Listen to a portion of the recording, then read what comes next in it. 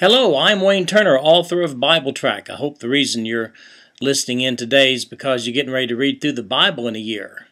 It's an exciting adventure. Now, like I say, all of it's not really interesting, but it's all really important. So if you're reading with us, I trust that you'll have a good venture through the Scripture with me this year.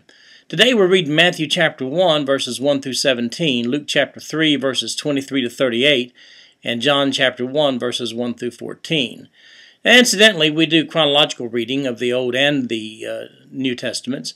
The Old Testament, we'll read 3 days of Old Testament reading and then 1 day of New Testament reading. And when we read the Old Testament, some of the passages are parallel. You have some such cases in Chronicles and Kings. And so we'll read those side by side to get the full picture.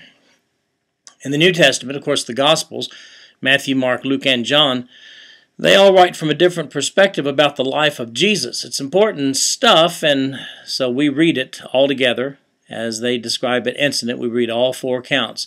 4 different perspectives from 4 different authors on the life of Jesus Christ. In today's reading, we start with the genealogy in Matthew 1 and Luke 3. The genealogy of Jesus traces Jesus all the way back to King David, his ancestor, and shows his legitimate right to the throne of David for the Messianic kingdom. John, however, he just digs right into the fact that Jesus Christ is God in the flesh. And in John chapter 1, verses 1 through 14, verse 1 says, "In the beginning was the Word, and the Word was with God, and the Word was God. The same was in the beginning with God."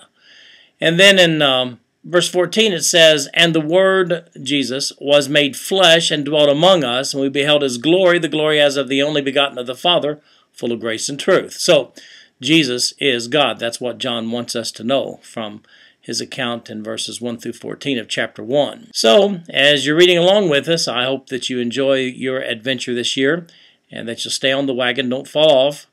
And you may miss a day, but pick it up. And if you read about 25 minutes a day, you'll get all the way through the whole Bible in a year. Now, incidentally, I have a podcast of the New Testament and the Old Testament. I read the text and the commentary to you in the King James Version and also in the New King James Version. So if you're driving along in your car and you want to listen, you can do it.